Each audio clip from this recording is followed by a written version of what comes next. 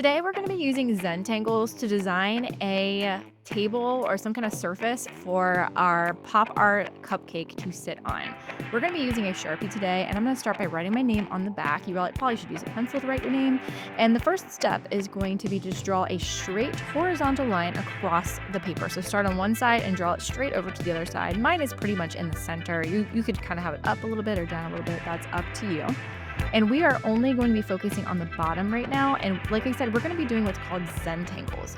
And this is a really simple way to do Zentangles. You can do your own Zentangles. But the first step to doing Zentangles is to start with a basic shape, which is our square, and then break that shape into sections.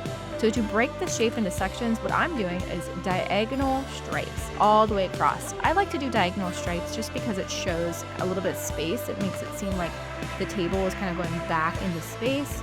But like I said, you could change this. You could make them zigzags all the way across. You could make it horizontal instead of diagonal. It's really up to you. But you're going to be, like I said, breaking this bottom area into sections. Once you finish breaking it into sections, think about each section and what pattern you would like to do within that. So what I'm going to do, I think, is I'm going to kind of do a checkerboard pattern, but it's going to be kind of diagonal. I'm going to switch to a bigger Sharpie here, and I'm just going to do horizontal lines all the way across. Like this. Again, you can do yours differently. And now I have even smaller sections that I can add even more patterns into. So for example, I could start with one little section here and maybe do more diagonal stripes, except maybe these go the other direction. Maybe I'll skip one and then I'll color it in. And I think I'm going to go ahead and just do this and make this my pattern. So I'm going to go all the way across in this pattern of diagonal lines, skip one, fill it in. Diagonal lines, skip one, fill it in. And again, yours could be totally different. This is just how I decided to do mine.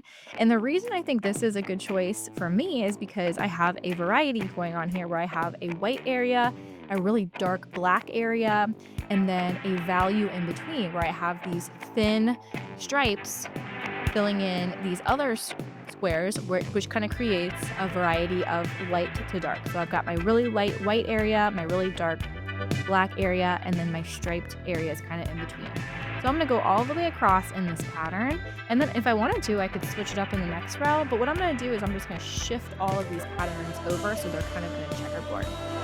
All right, let's fast forward and fill this surface with all kinds of Zentangles.